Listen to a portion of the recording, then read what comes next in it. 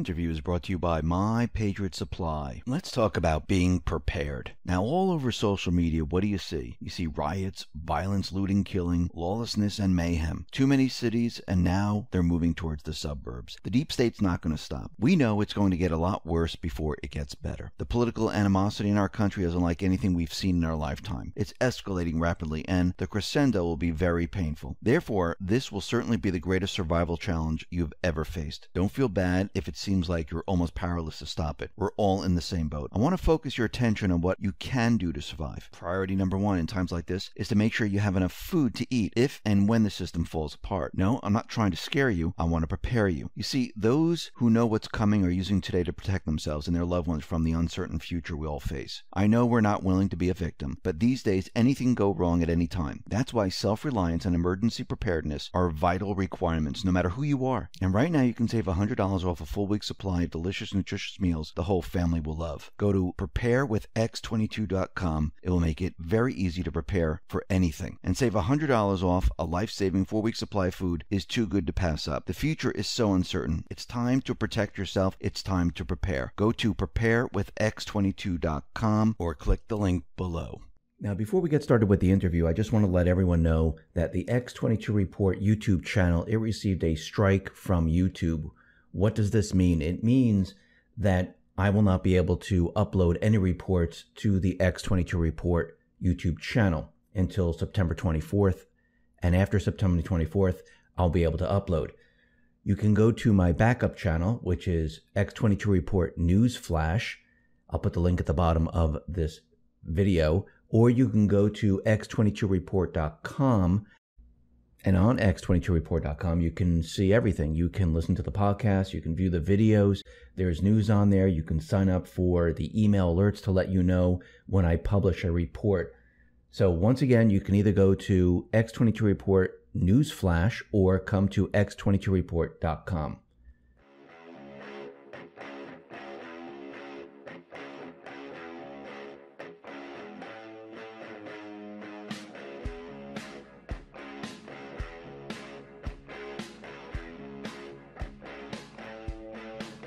Hi, and welcome to the X22 Report Spotlight. Today we have a returning guest, Dave Hayes. Dave runs his website, Praying Medic. You can find him on YouTube. You can find him on Parler. You can find him on Twitter. He has his book, Calm Before the Storm, Q Chronicles. And I am very happy to have Dave back on the X22 Report Spotlight. Dave, welcome back to the Spotlight.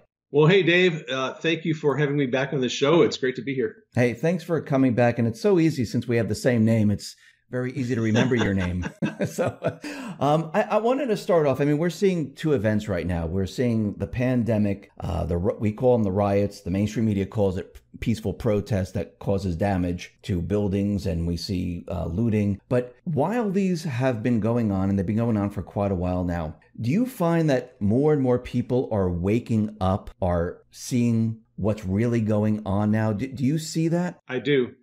I have a lot of friends who have friends in California. I don't have a lot of personal friends that I know of in California, but I have friends who have friends and relatives in California. An interesting thing happened this last week. They're sending me messages saying, hey, talking to my friends, talking to my relatives in California, and they're all kind of hearing the same story.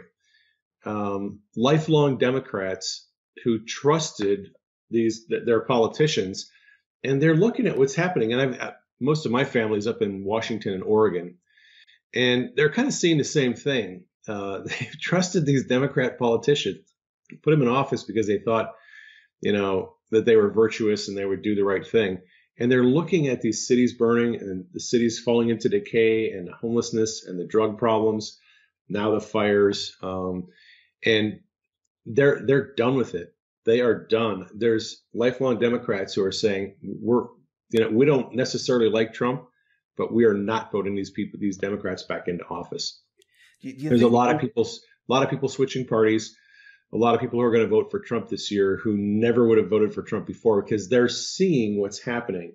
They're observing all these rioters and people being set free day after day. They're watching Antifa. They're seeing the fires, and they're on social media. Right. So, and you talked about this, I think, on your show the other night, that people aren't just getting their information from the mainstream media, they're on social media, and they're getting viewpoints from other people, and that's helping them make better decisions. And I think people are waking up. What I find very interesting is that the mainstream media, they continually push, and also the corrupt politicians, they push that, oh no, these are very peaceful protests, and they kept that narrative going until they saw the people not agreeing with that narrative. Now, we also see the fires in California and Oregon. I mean, they're saying, no, these are, because of global warming, because of other factors. It's not because of people setting the fires, but we have a huge amount of proof now showing that people have been setting these fires. How long do you think it will take before the mainstream media all of a sudden says, okay, wait a minute, we need to backtrack on this? Well, that is an interesting question, because I just posted a tweet on Twitter.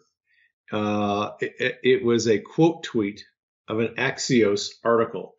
And they tweeted this out and they said, oh, you can see the smoke from the fires in the Western United States. You can see it all over North America. You can see the smoke in Europe. And so I quote tweeted them. And I said, and not a word from the mainstream media about the arsonists who are causing the fires. And Axios deleted the tweet like 5 minutes after I quote tweeted them. They deleted the tweet. They took it down. Actually, I've been going after Politico and Axios and The Hill and other mainstream media outlets. Whenever they tweet something out that doesn't have all the information or doesn't have the correct information, I'm trying to teach digital soldiers on Twitter how to push back against this narrative. And I'm seeing a lot of these accounts delete their tweets after you quote tweet them, and you get a few thousand anons and patriots jumping on the tweet and leaving comments. A lot of times they delete the tweets. That's, it's interesting that Q has been telling us now, teaching us for a couple of months that we need to be on social media. We need to be on Twitter and Facebook, and we need to push back against a fake, phony, and false narrative of the mainstream media, to quote my friend Dave. And it's when we do that, it works. And I want to say something here. A lot of people have accused Q of being a psyop, and they say that Q says, look, patriots are in control. That means we don't have to do anything. We can sit on our butts, do nothing, be complacent, and let the deep state run their plan. Well, that is not what Q has instructed us to do.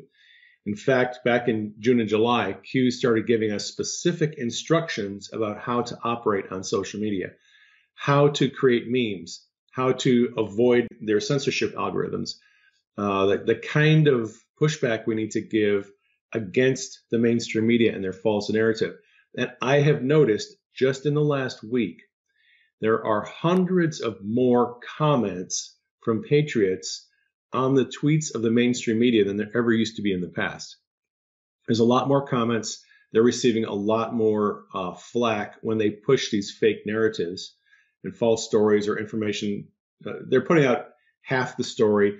They don't mention the arsonists when they talk about the smoke. They don't mention the CDC report about the 6% with COVID. So we're just all pushing back against these phony narratives, and it's working. It's having an effect. I think it's helping people that are on social media see the other side of the story. Yeah, what's very interesting about all of this is that when Q started to mention Antifa, how it looks just like the Nazi Antifa back in 1933, and compared what was happening back then to now, all of a sudden we had the mainstream media come out and they tried to counter it with, oh, look, Q is really Nazism. Within 24 hours. It was amazing. Anons are fascists and Nazis and anti-Semites. I'm like, oh, predictable. Right. And if you read any of the Q's posts, and I mean, the Q just talks about unity, talks about love, talks about rule of law, taking back the country. Q doesn't talk about, oh, let's go and loot businesses, let's set fires. None of that. That's Antifa. That's what they've been doing. And actually, what's so funny about all this? All of that is caught on video. Everything that they have done. And the mainstream media pretends that it doesn't exist. And all with QAnon, they can't show anything. there's nothing on video. And if there is, it's usually the other side pretending to be QAnon followers. Right. Yeah. Well, and that was the story a couple of weeks ago. If there was any anti-Semitism, any issue that Q addressed that was supportive or similar to Nazi perspectives, the mainstream media would have copies of Q's posts, and they would be in all their articles, showing how Q is leading people into this, fascist ideology. There aren't any. And that's why the mainstream media never posts anything. You'll never see a Q post in a mainstream media article because they like to slander Q and accuse Q and us of being Nazis and white supremacists and everything else, but they have no evidence. And when they don't have the evidence, they create it, right? So they do the false flag where Antifa dresses up as MAGA, and then they go around pretending to be us. It's just ridiculous. It really is. And I just wanted to move into this whole virus pandemic arena because Trump did a presser yesterday and he was talking about masks and the CDC and how the CDC director said, oh, masks are better than a vaccine. We had Bill Gates also come out and say, I don't know if we can trust the FDA to approve a vaccine. It seems that they're becoming very, very nervous about what Trump is going to produce. And it seems that they're continually hitting against vaccines because it's really the opposite of what they were pushing before. Now they're anti-vaxxers. So what's your take on why a huge pushback on all of this? Yeah, well, we know that Trump is strategic in everything he does. So at the beginning of this whole thing, one of the narratives that Bill Gates and Fauci and these other people were pushing was, well, America is not going to be safe until we have a vaccine. All right. So as soon as they started pushing the vaccine narrative, Trump, I think, figured out, okay, if they are going to push the vaccine, then I'm going to push the vaccine harder. I'm going. Yeah. Right. So you have these dueling narratives. You got the CDC and the National Institutes of Health and Fauci and Gates all saying that the world and the country isn't going to be safe until we've got everybody vaccinated.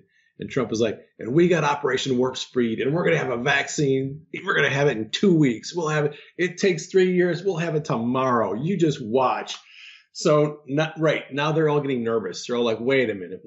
He's on the same side we are. He's pushing the same thing. He has to be doing something. So now you have Joe Biden, who is questioning Trump's vaccine, questioning the efficacy, questioning the timing, questioning whether it's been adequately tested. You got Gates pushing back against it. You've got a lot of people pushing back against it who were formerly pushing, it's not going to be safe till we have a vaccine. Now they're like, well, wait a minute. I don't know about this vaccine thing. Maybe this isn't, the panacea that Trump says it is. He's got something planned. I don't know what it is, but Trump always has something planned. He trolled them. They took the bait, and he's got them on now. He's reeling them in. And I don't know what he's got planned, but, Mark Meadows said we might have the vaccine by the end of October. So I don't know what he has planned. I don't know if he's going to if he's just trying to get the experts to be anti-vaxxers. I mean, there's nobody in history that could make Bill Gates an anti-vaxxer except Donald Trump. Yeah, and it looks like he's managing to do that, actually. It's just crazy. But for some reason, I feel like since he mentioned HCQ right at the beginning stage in March, and he actually took HCQ, and now we have, since that time, since March until now, we've had all the clinical trials, we had peer review of HCQ. It feels, and also this drug has been approved by the FDA, and it's been around for a very long time. I know some people that are taking it for other things, but there's hardly any side effects with this medication. Right, it's very safe. It's a safe drug, and we had the frontline doctors out there, and as soon as they mentioned anything about HCQ, they were hit upon. I feel like he's setting them up because if vaccines, and as Bill Gates is saying, and the mainstream media saying it and Joe Biden saying it, if they're not safe, what happens when he produces a drug that is safe, that does work, that does prevent COVID?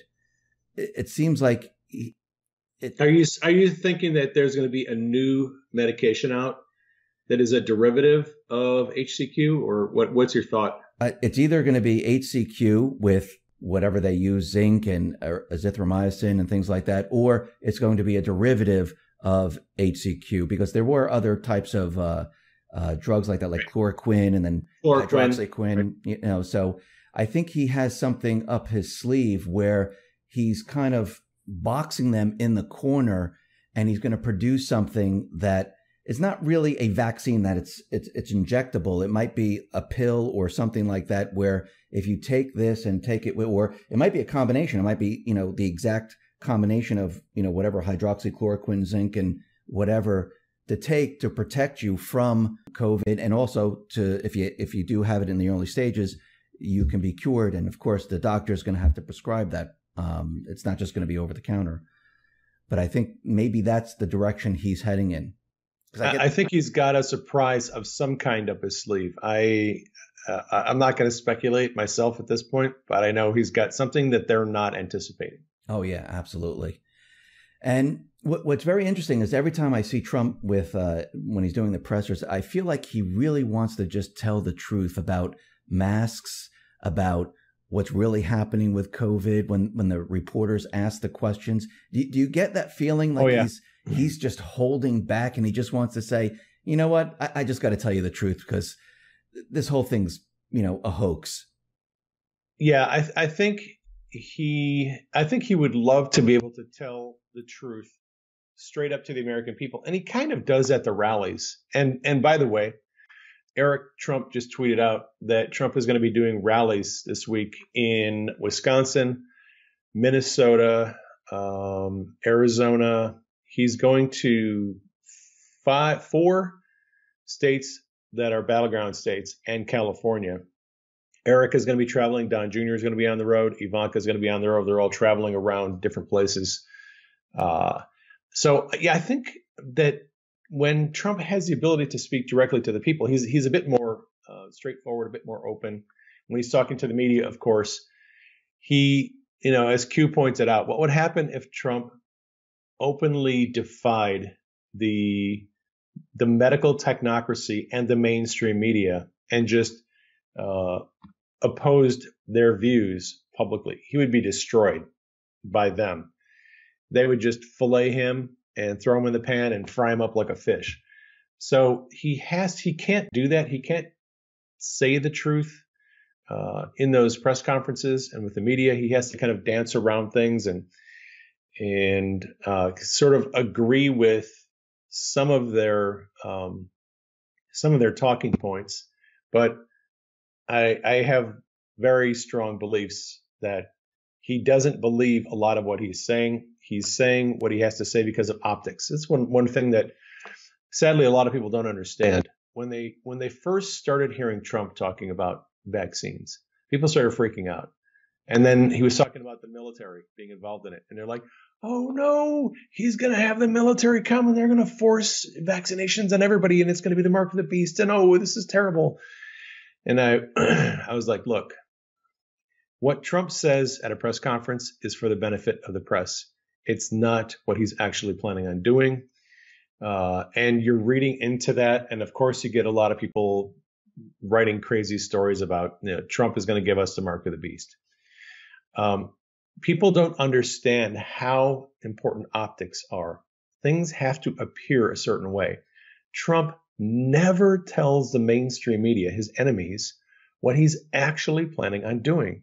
He's always giving them disinformation until he has the hook set and until he's ready to reel them into the boat. Trump doesn't tell the mainstream media what he's actually doing.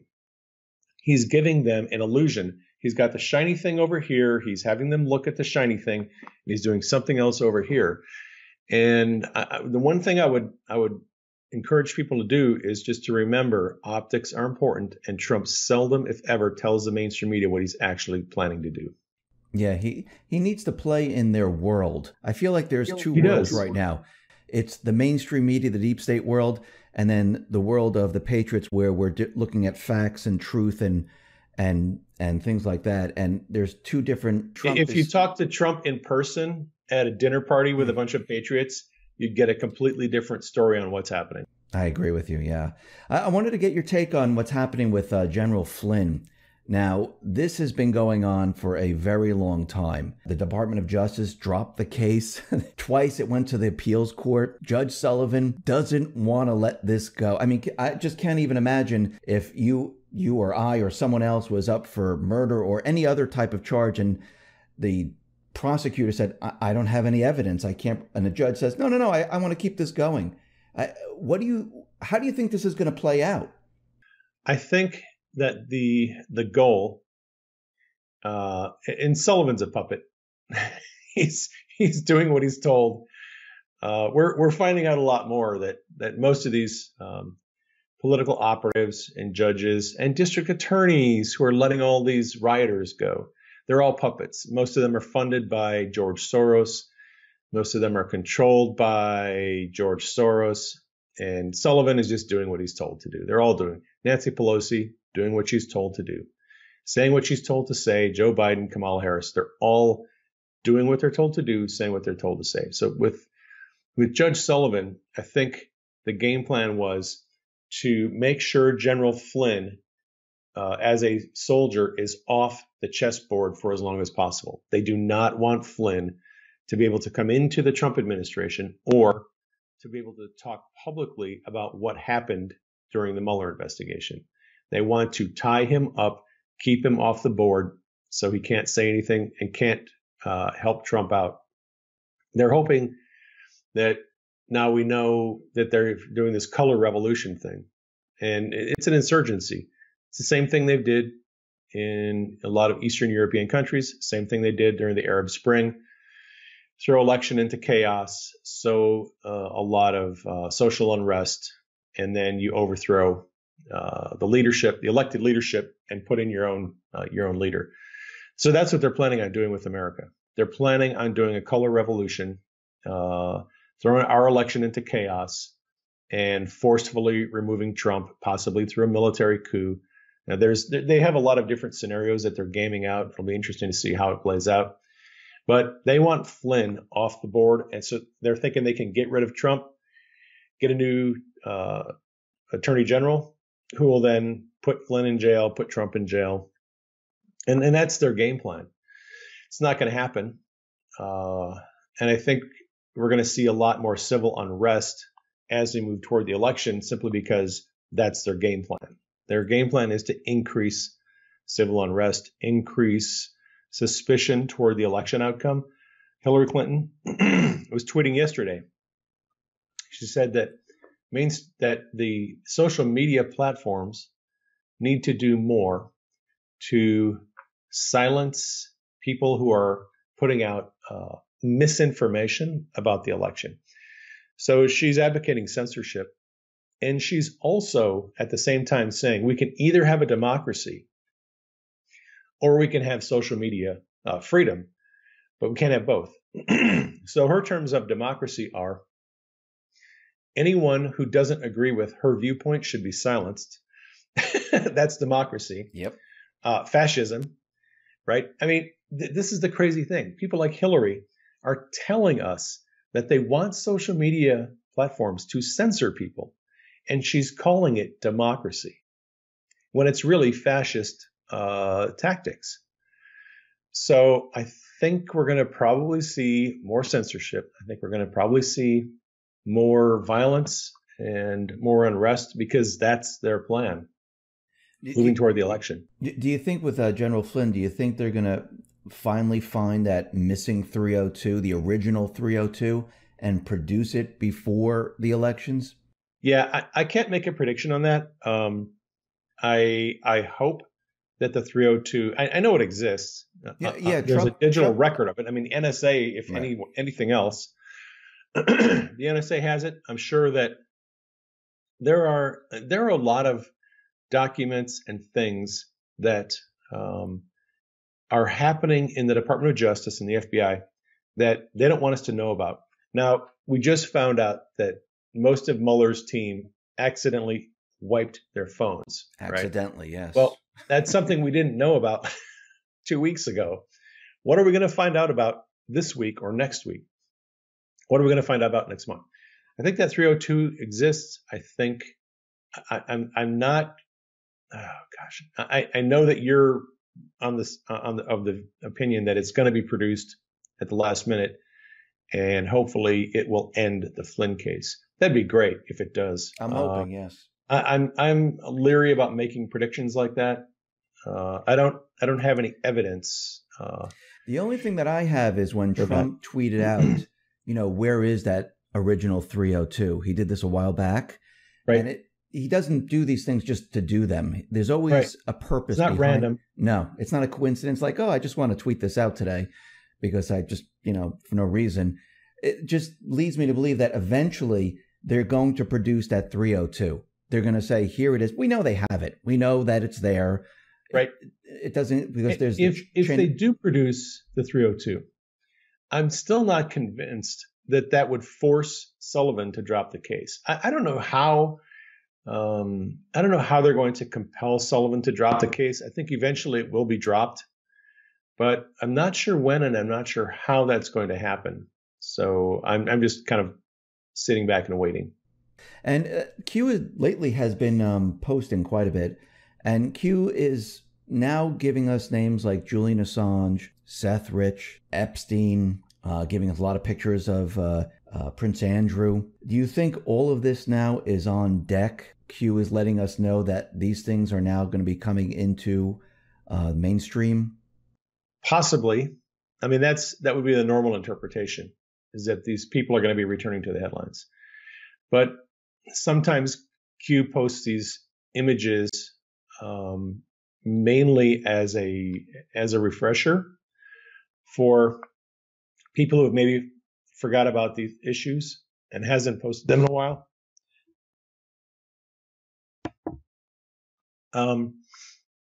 Sometimes, like around June, Q started posting more pictures about with Prince Andrew and Ghislaine Maxwell and Bill Clinton. And a lot of people were thinking at that point, okay, this is going to get ramped up, and we're going to start getting serious with this. And nothing has really happened since then. So I'm a little bit cautious about making a hard interpretation that these people are going to maybe be prosecuted. It's coming back to the headlines. That's possible. Sometimes Q posts these images for newbies, people who are new to the movement. Things that have been reposted frequently like that. Sometimes it's returning to the headlines. Sometimes it's for newbies.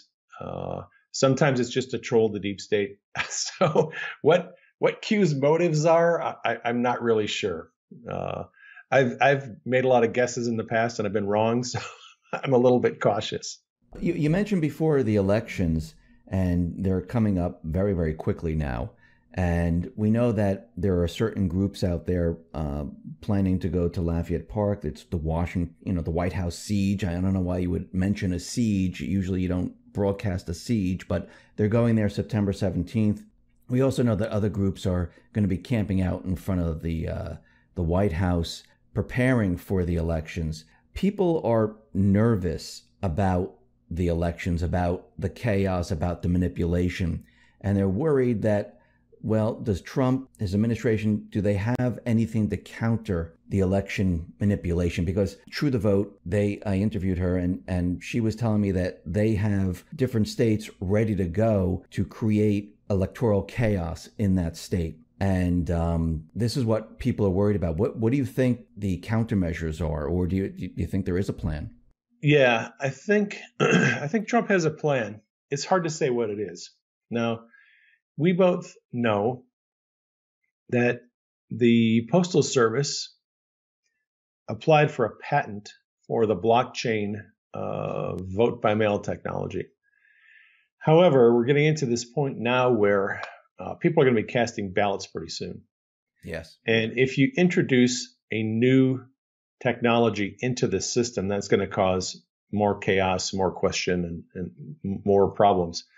So as much as I would like to think that this blockchain technology is going to be the solution to the chaos of vote by mail, I'm not convinced that that's the case. Trump has several lawsuits that are pending where he's challenging vote by mail. And after he won that case the other day in the federal court, he said now it's time to get a decision on vote by mail. So part of Trump's plan, he has told us plainly, part of his plan is to challenge the legality of vote by mail, at least in some states. And I guess we're going to see how that happens. Hopefully these cases are being expedited through the federal courts. I know Trump. I know that he's got a plan to mitigate some of this. He can't allow all this chaos to continue unabated. He has to have a way to mitigate that. Again, I would just be guessing if I told you that I know what the plan is. I really don't. I don't know what the plan is, but I trust that Trump has one. Al Gore's been out there. Hillary Clinton's been out there. All these individuals were out there talking about how they're going to pull him out of the White House. You mentioned this right at the beginning when we started. Are they projecting that they're going to lose the election and they're going to use the chaos and the manipulation to take it the next step? Well, this whole thing is a psychological operation. It's a psyop.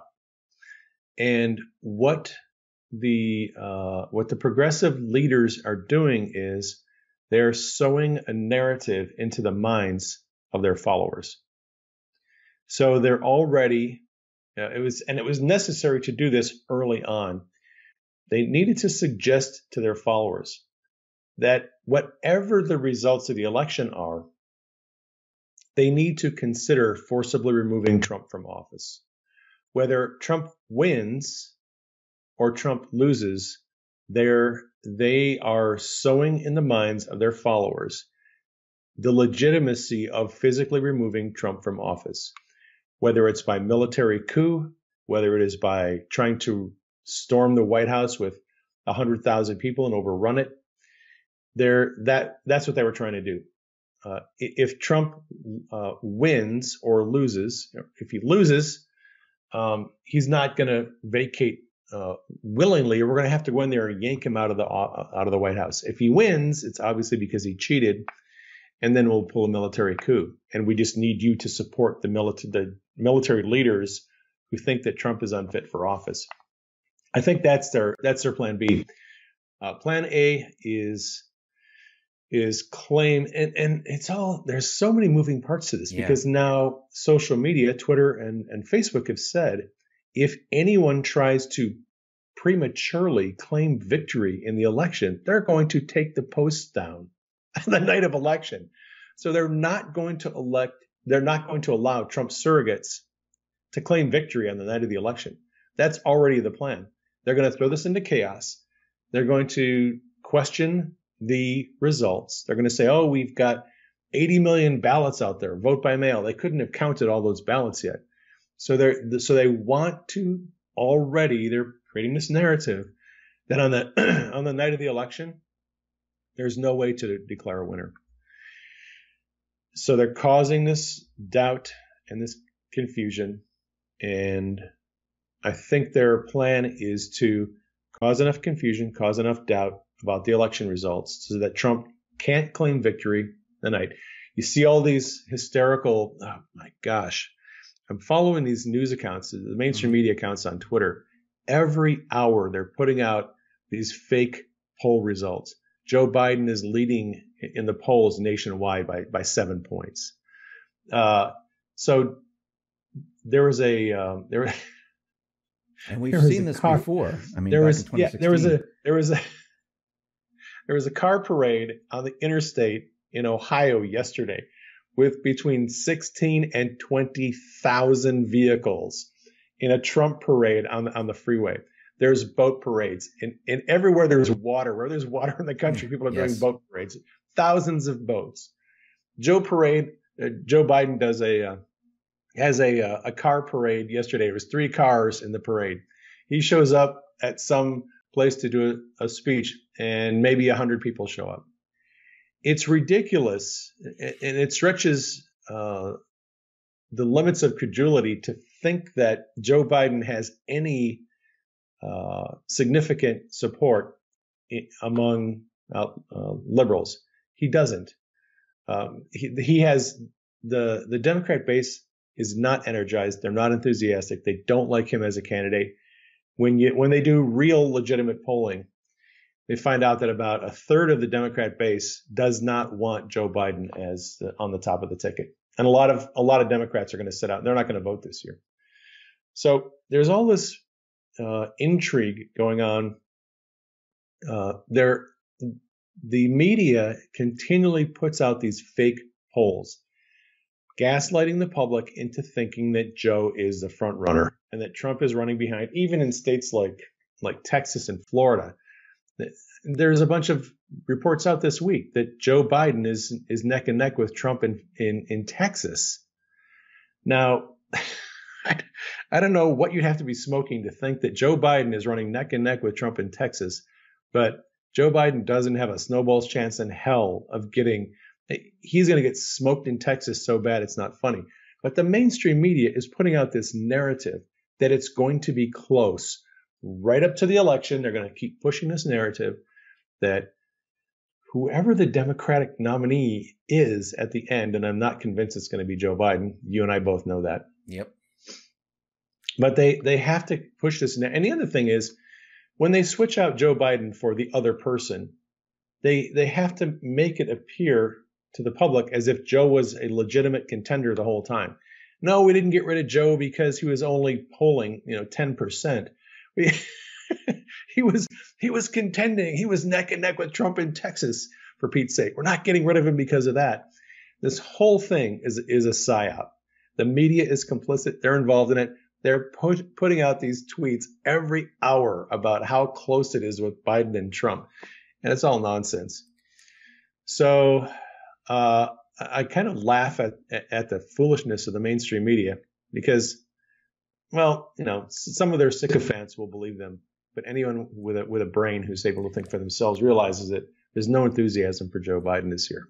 When you were talking about the election polls and how they are saying that Biden is in the lead or he's neck and neck, we know that they manipulate the polls by oversampling. Isn't that considered election interference? Convincing? Ooh, boy. Because think about it. All the mainstream media channels, they're all reporting, like, look at these polls, and they're oversampling, they're manipulated, and they're all on the same page.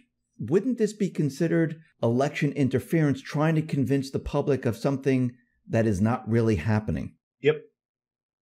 Well, it takes a lot of different forms. So the Fox News put out this poll, and it showed Joe Biden leading Trump nationally by like 3 or 4 or 5%, something like that. But when you dig into the numbers, the sample was, I think, 48% Democrats, 45% Republicans, and the rest independents. It was like the sample of independents was less than 10%. I think it was 5%. So you don't have to be a rocket scientist to know that there's going to be more than 5% independents showing up at the polls on the election day. That same poll in 2016, they sampled. It was a D+3 poll, so it was I think Democrats 36, Republicans 33, and Independents 31. That same poll is now they're sampling 48% Democrats, 45% Republicans, which is it's crazy. So what they're doing is they're trying to figure out how do we need to juice the numbers on the backside of the poll, the sampling, to get the result that we want to tell the people. And it's election interference. They did that town hall the other night with Trump and said, oh, these are undecided voters. I guarantee you, there wasn't one person in that auditorium who was undecided. They all knew who they were going to vote for when they went in there. In fact, the American electorate has never been as polarized in history as they are this year. I think everybody knows exactly who they're going to vote for right now, because you look out there and you see cities burning, and you see rioting and looting, and you see what the economy is doing and how Trump is bringing back jobs and the stock market. You're either looking at these anarchists trying to destroy the country, and this Trump guy who's seemingly trying to, create the best economy ever.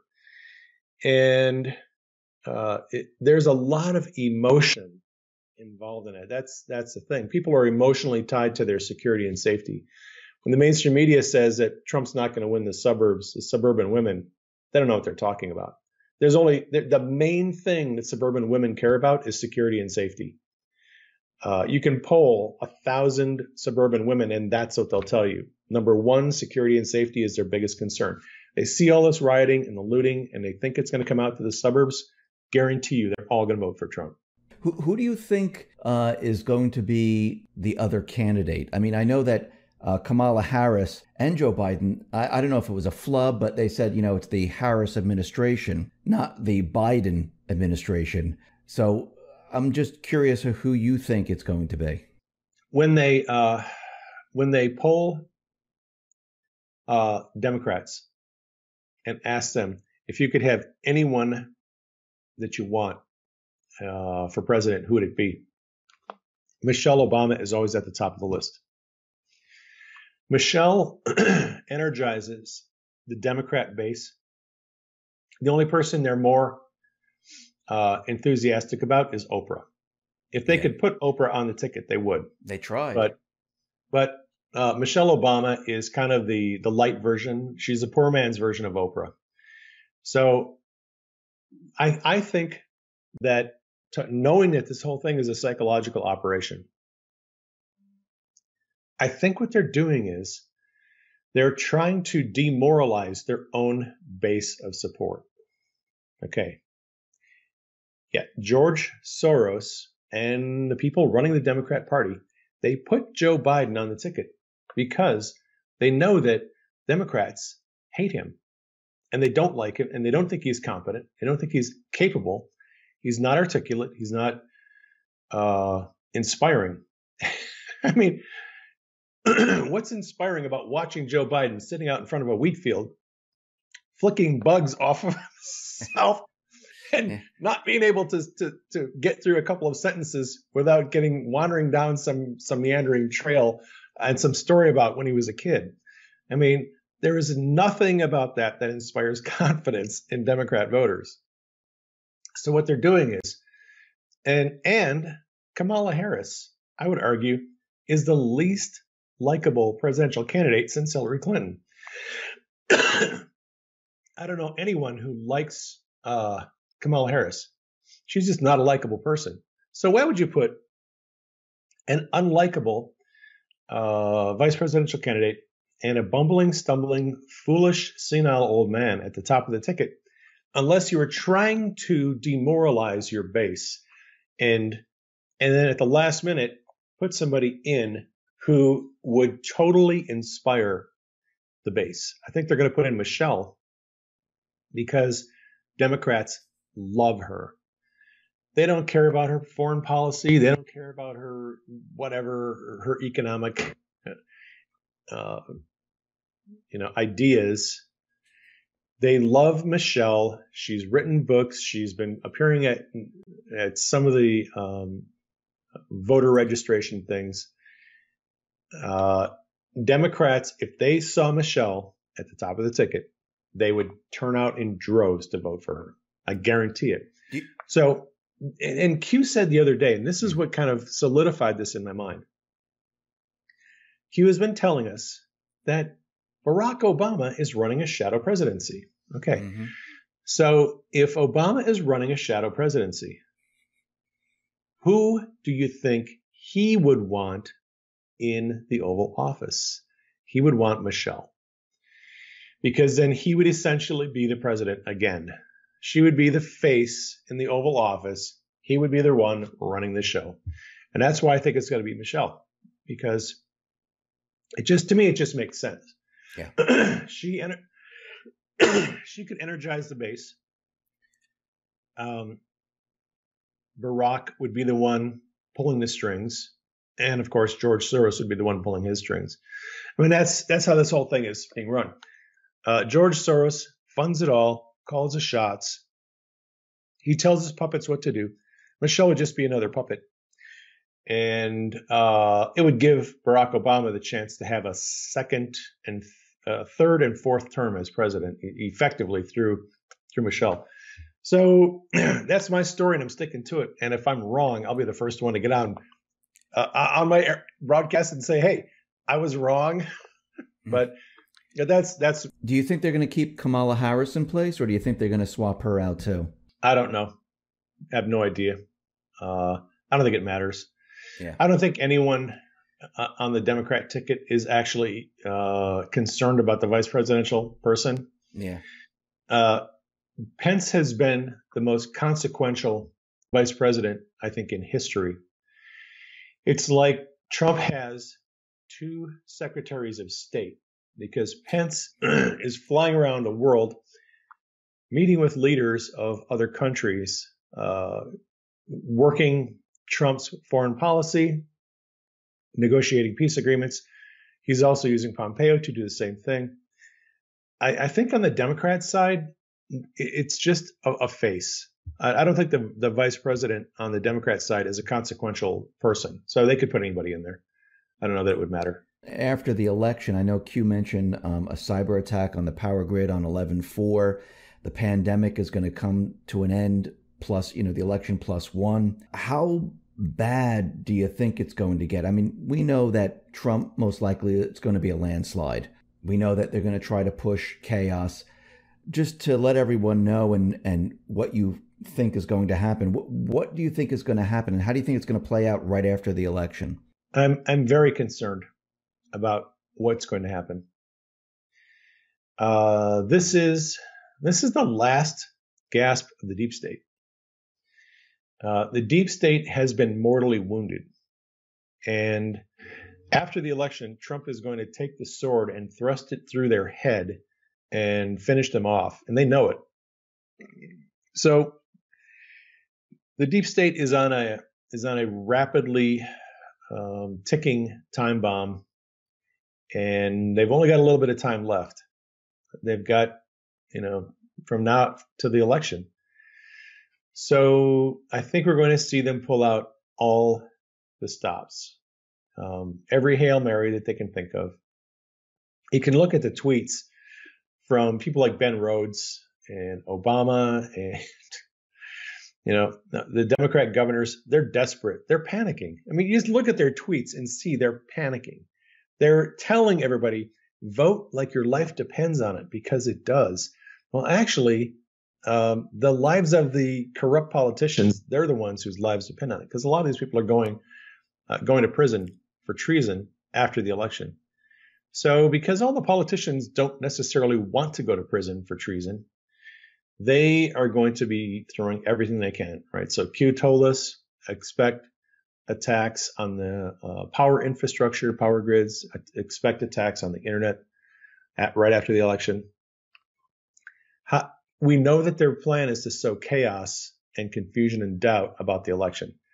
So what causes more chaos and doubt than if you just take Google Chrome and Safari and all these browsers offline? And if they have a 0-day attack that they can just put into the browsers and apps of mobile devices, if they take your Android device and your Apple phone, and if they have backdoor 0-day attacks, they just remove everybody's ability to connect on the internet. You don't have to take down the internet structure. You just take down the way people access it. So now nobody can get on the internet, and nobody knows what the results of the election are. Yeah. Right? I mean, that's what Q is talking about. When he says 0-day attacks, that's what they're talking about. He's talking about the deep state. They have stockpiled vulnerabilities into things like operating systems and browsers, and all they have to do is take them offline for a couple of days, and no one can access the internet. And if they start attacking power grids, especially in major areas, create confusion. We know that they're going to ramp up the rioting and the violence, and we've seen the fires being set by arsonists. What are they going to do next? I don't know. And the funny thing is, I've been praying about this. I've been praying about it and asking God to give me revelation and give me understanding about what's coming, and I'm not seeing anything. I just I expect that the Lord is going to show me something about the chaos that's going to come around the election. I haven't seen anything yet. So either he's not ready to show me, or there's nothing that I need to worry about. I am taking steps to get prepared. I think civil unrest is going to get worse, at least temporarily. After the election, I think it's really hard to forecast what's going to happen after the election. Is Trump going to mobilize the military and is going to institute martial law? Well, it's a possibility.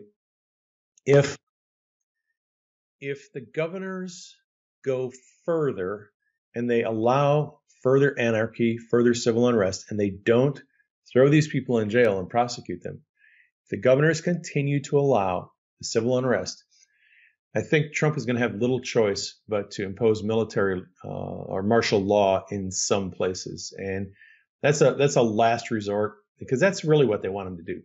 What they want is they want Trump to be a tyrant. They want him to impose martial law. They want to get on video the military killing U.S. citizens. That's what they want. They want to portray Trump as Hitler. And Trump has been resisting. They've been baiting him into doing this. And Trump has not taken the bait. But that's what they want. They either want to portray Trump as the weakest president ever or the most authoritarian president ever. And they'll take either one. So I think we need to be praying a lot in the next 6 weeks. And I think we need to be prepared. I think people need to take steps to prepare for the worst case scenario. And I think it could be pretty severe. Dave, thank you very much for being on the X22 Report Spotlight. Once again, how can people see your work? Well, prayingmedic.com is my website. All my articles, videos, and podcasts are there. I'm also on YouTube. You can find my YouTube channel, although YouTube is trying to hide it right now. A lot of people, even my subscribers, a lot of times they don't get notifications and I can't find it. But if you look around, you'll find it. Also on my website, I have a page that is hosting my YouTube channel. So if you can't find my YouTube channel on YouTube, I have a cloned page of it on my website. I'm also on Twitter at prayingmedic.com. I'm on Facebook. I'm on Gab. I am on CloutHub. And I'm going to be doing live nightly updates, news updates pretty soon from CloutHub. And you can join me on CloutHub and get in on the chat if you want to. I'm also on Parler. I'm everywhere. Not hard to find. Yeah, I'll put all the links at the bottom of the video so people can find it, make it a lot easier. Dave, once again, thank you very much for being on the Spotlight. I really appreciate it. Thank you, sir. I appreciate coming on the show, and I'd like to come back at maybe around the election time. Yeah, I'd love to have you. No problem. Fantastic. Once again, thanks a lot. Thank you.